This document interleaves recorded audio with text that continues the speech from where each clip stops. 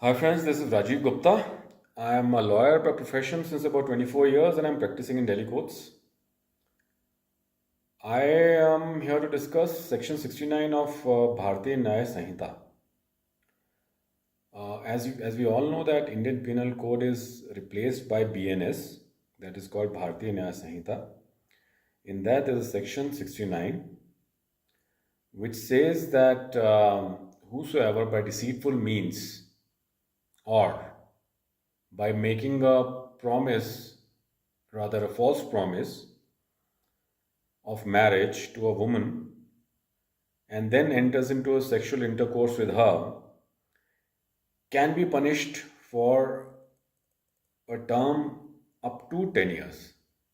And this particular act does not amount to rape. So, there are a few things which come to my mind which I want to share with you. That if this act of making a false promise to marry, if this particular act is not rape, then what offense it is? So far, I've heard that, rather, I've gone through certain offenses against women, and one is outraging the modesty of a woman, one is a rape. So, what offense is this which says that if you make a false promise to a woman with no intention to keep the promise, and you make a false promise that I'm going to marry you, and then you back out, in that situation, you can be punished for punishment up to 10 years. So, in this context, I would like to say that how easy it's going to be for a person to misuse this particular section. Suppose two consenting adults are staying together in a live-in, or there's an affair. Tomorrow, if the boy backs out due to any reason, due to incompatibility or any other reason which he feels that it's one life and doesn't want to spend with that girl, so the girl has an option simply to go to the police and say that this guy had promised to marry, and now he's backing out. So, as this is a non-bailable offense, so it's going to be very difficult time for the boy. He can simply be picked up and put in the jail, and then he may be punished. This is I'm highly surprised at how can a legislature enact such a law which can actually not be proved.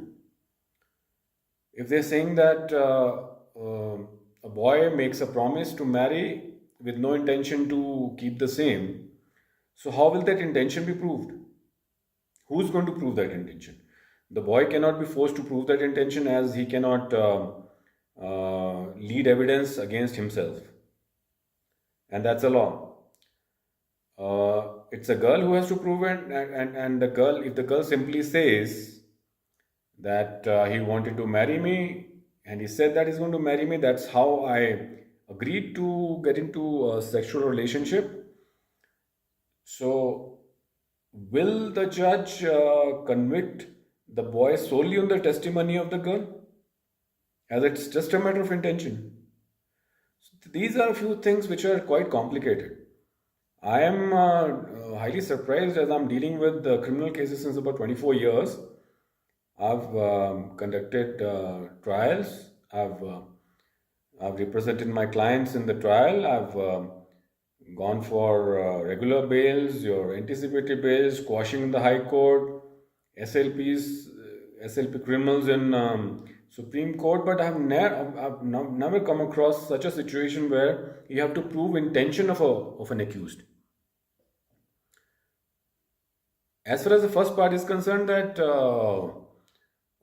luring the girl by deceitful means or by fraudulent means, I can fully well understand that's an offense. But this cannot be an offense that boy promises to marry and then he backs out.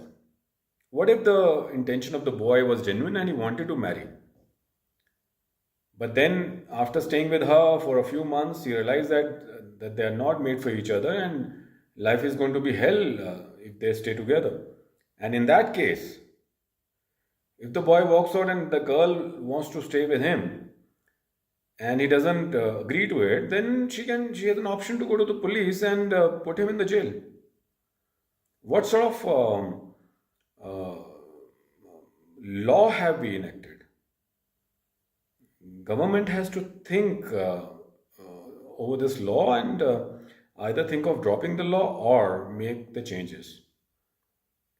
This can just this can cannot be thought of that you have to convict a person merely on the intention when there's no other incriminating evidence. Mere intention cannot be the sole basis of conviction.